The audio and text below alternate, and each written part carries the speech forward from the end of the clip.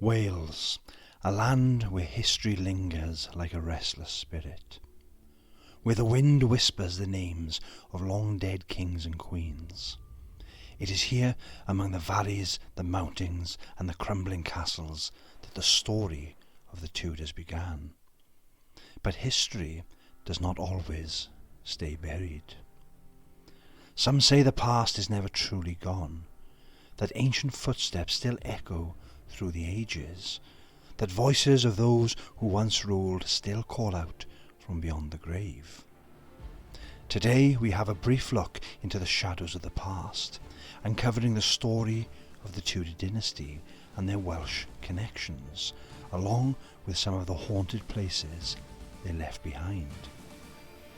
Please remember to like, share and subscribe to the channel, and also hit the bell notification so you never miss out on more videos from Dark Wales Tours. The story of the Tudors does not begin in England, but in the heart of Wales. The dynasty's roots can be traced back to a man named Owain Tudor, a Welsh nobleman of uncertain origins, whose fate would intertwine with the English throne in ways that no one could have predicted. Owain Tudor was a courtier in the household of Queen Catherine of Valois, the widow of King Henry V. Their secret love affair would shake the foundations of the monarchy. When their relationship was discovered, Owain was imprisoned, but fate was not finished with his bloodline. From their union came two sons, Jasper Tudor and his older brother Edmund Tudor, and from him Henry Tudor. Born in the fortress of Pembrook Castle in 1457, Henry's early life was filled with danger. As a child he was hunted, hidden and protected by loyalists. His mother, Margaret Beaufort, worked behind the scenes to try to get him safe passage back home, and ultimately conspired to get him the crown of England. Some say she still watches over him, even in death. Margaret Beaufort was a descendant of King Edward III through his third son John of Gaunt and his longtime mistress Catherine Swynford. John and Catherine did eventually marry after his second wife passed away, and their children were retroactively legitimised. However, they were barred from inheriting the throne from their half-brother Henry IV and his descendants. Margaret was therefore a very important player in the Wars of the Roses, the conflict that would shape her life. In 1455, when she was just 12 years old, she was married off to Edmund Tudor, who was 25 at the time of their marriage. In less than a year, poor Margaret found herself a 13-year-old widow with a baby on the way, as Edmund died of plague in 1456. In Pembrook Castle on 28th of January 1457, Margaret gave birth to her only child, a healthy boy who she named after her cousin, King Henry VI. Even though Margaret and her son Henry Tudor would not see much of each other for the next 28 years, as Margaret would go on to marry twice more and was forbidden from taking Henry with her, they would write to each other often and always seemed to maintain a very close relationship.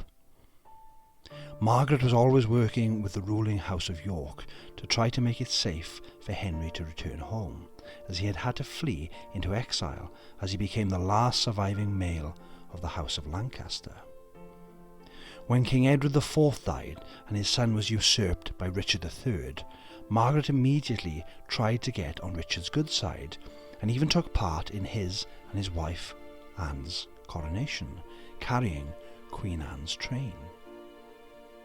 This apparent friendliness with King Richard III did not last, however, as Margaret and the Dowager Queen Elizabeth Woodville soon conspired against Richard and eventually planned on replacing him with Margaret's son, Henry Tudor, and Elizabeth's daughter, Princess Elizabeth of York. After the Battle of Bosworth, where Henry defeated Richard III, the first thing Henry did was to go and visit his mother and spend some time with her. she would go on to have a leading, albeit unofficial, role in his new regime.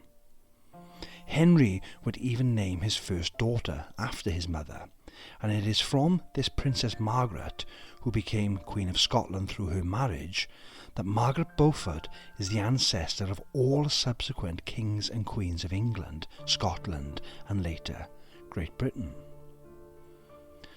Those who walk the ancient halls of Pembrook Castle today speak of ghostly figures, of whispers in the dead of night, of a spectral woman pacing the corridors. Is it Margaret, still guarding the son she sacrificed everything for? When we think of ghosts and spirits of historical figures, many often associate them with the royal houses and palaces of England. What's not to say, however, that these spectral visitors aren't present in the castles and strongholds of Wales that they also frequented regularly. A theory of the paranormal often says that a spirit doesn't always necessarily have to have died in a specific location to haunt it. It is thought that they can come back to places which played an important part in their lives, to watch over these places, or even protect them, perhaps. Well, for Margaret Beaufort, Pembrook Castle was instrumental in changing not only her and her son Henry's lives, but reshaping the course of history. It could therefore be very plausible that her spirit is often present.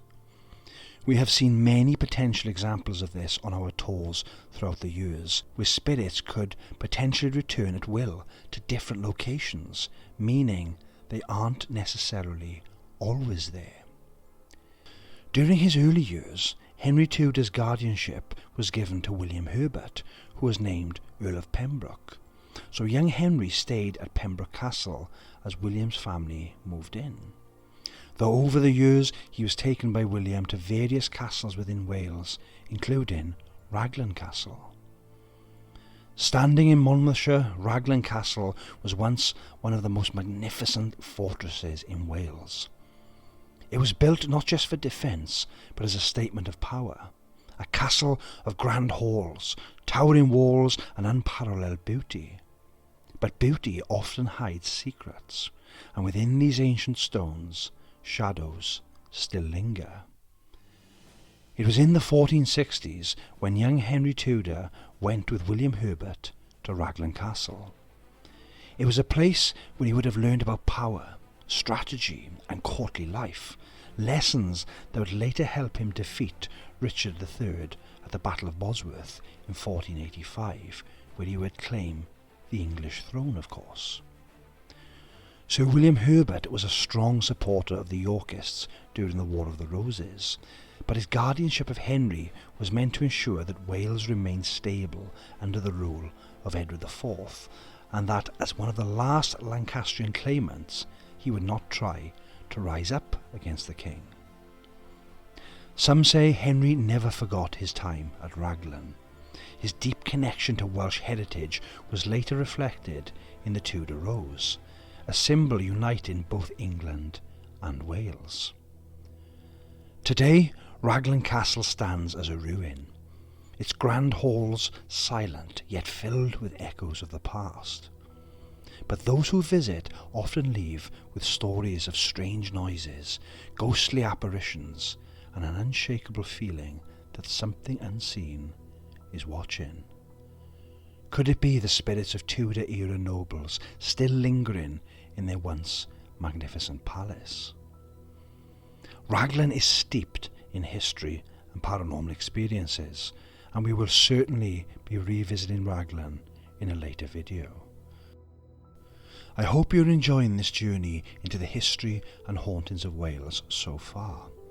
If you would like to support the channel, you can now send a super thanks to us. Absolutely no pressure whatsoever. It's just a small way to help us keep exploring these dark and fascinating stories. And every contribution, no matter how small, is truly appreciated. But as always, we are just entirely grateful for you to be here right now, watching, commenting and sharing in the mystery with us. thank you for being part of Dark Wales Tours. And now, back to the video. The Tudors were reigning in an age that bridges the gap between the medieval and the Enlightened ages. This meant that old superstitions and beliefs were merging with new technology and thoughts of the day, sometimes with deadly consequences, as it was around this time where the witch trials in Europe would begin and spread across the world. Henry VIII was the first monarch to create an Act of Parliament denouncing and outlawing witchcraft and magic in the Witchcraft Act of 1541. This would be amended and updated in the Second Witchcraft Act, passed under Henry's daughter Elizabeth I in 1562. Queen Elizabeth I clearly believed in the supernatural, as she famously had a court astrologer, a man named John Dee. Dee helped her in studying the stars and finding out what the future held. There is even a story that he predicted the Spanish Armada would fail and England would be victorious. Whether this is true or a story created using hindsight is open to debate, but the fact that it does persist shows the belief in the supernatural was prevalent in the Tudor times. John Dee was also known to experiment with the occult, and it is said he even had a recently interred corpse dug up and magically forced it to speak using various spells and incantations. Again, this story seems to have been created after his time to demonstrate his knowledge and interest in the occult. The most famous example of the belief in superstition and the ability to foretell the future during the Tudor age comes from Europe and is, of course, Nostradamus. Employed in the court of the French king, Henry II, Nostradamus was an advisor to the French queen, Catherine de' Medici. He would foretell several events during his lifetime and foretold events in the far future. His book of prophecies still holds a fascination and is often interpreted in ways that show that he did indeed predict the world's most infamous events, including, but not limited to, the Great Fire of London and both World Wars. Whether this is again a case of people reading what they want to in his work, or did he have a gift for telling the future? Nostradamus is still a figure of fascination over 400 years after his death. The first witchcraft trial in Wales was also during the Tudor reign. Women accused of casting spells, of speaking with spirits, of cursing the royal family. Many were imprisoned, tortured, or executed. Their cries for justice still echo in the wind. We will be looking at this in a future video in much more detail, so please make sure you hit that subscribe button and turn on the notifications so you never miss an upload from Dark Wales Tours. Even members of the royal family were not safe from accusations of witchcraft. Henry VII's grandmother-in-law, Jacquetta Woodville, was put on trial for witchcraft in 1469. This was during the restoration of King Henry VI in 1470. Richard Neville, the Earl of Warwick, had turned on Edward IV and helped put Henry VI back on the throne. During this time, Warwick tried to have the Woodvilles, who he had always mistrusted, eliminated. He had already had Jacquetta's husband, Richard Woodville, Earl Rivers, and their third son, John Woodville, executed following a show trial on 12th of August. The accusations against Jacquetta stated that she had used magic and witchcraft to bring about the scandalous marriage of King Edward IV and her daughter, Queen Elizabeth Woodville. Due to the hatred that existed between Warwick and the Woodvilles, Jacquetta was in real danger.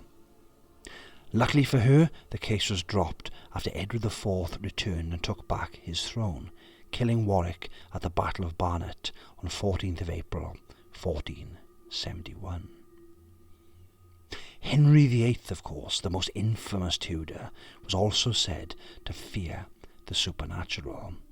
It was thought that he collected relics and charms, seeking protection from dark forces. But it is arguably the ghosts of the Tudor queens which are the most famous in history. Anne Boleyn, Henry's ill-fated second queen, was beheaded on his orders and is said to haunt the Tower of London. But did her spirit follow the Tudors beyond England? Some claim her apparition has been seen even in the castles of Wales, as if searching for justice that will never come. Anne's ties to Wales come from her being created Marquess of Pembrook in her own right before she became queen. Today her ghost is said to haunt not just the Tower of London, but Hever Castle and even Blickling Hall in Wales, where a spectral carriage drawn by a headless horse appears on the anniversary of her death. This again lends itself to the theory that these entities can appear at multiple locations. Anne's daughter Elizabeth I also had connections to Wales, not just through her blood, but also due to a prophecy. The ancient seers of Wales had foretold the rise of a great ruler from their bloodline. Some whisper that Elizabeth herself was the living fulfillment of these prophecies, the powerful Gloriana who had held the throne for 45 years, while others foretold omens of doom. It has become popular nowadays, thanks to the historic fiction of Philippa Gregory, that the House of Tudor ended with Elizabeth I, thanks to a curse set down by Queen Elizabeth Woodville and her daughter Elizabeth of York, cursing whoever had killed the so-called princes in the Tower. In Miss Gregory's novels, the princesses were killed on the orders of Margaret Beaufort, and the curse was intended to identify and punish those responsible by having all the eldest males die out and having the family line end with a woman. This, of course, is what happened to the Tudors, as Henry VII's oldest son Arthur had died young, and also Henry VIII's son Edward VI had also died young, leaving only women in line for the throne. This has been set up, of course, using hindsight in order to provide a storyline in a series of fictional books. However, the fact that it has become popular, and many people are quick to believe it, shows that we do still associate the Tudors with the supernatural and witchcraft, and using it to explain why Elizabeth I never tried to carry on the Tudor line is a good plot point.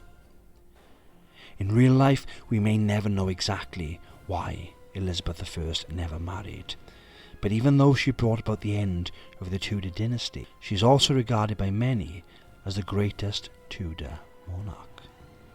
Elizabeth died surrounded by her ladies-in-waiting after a long illness that had seen her sat on some cushions in her bedchamber for days without moving.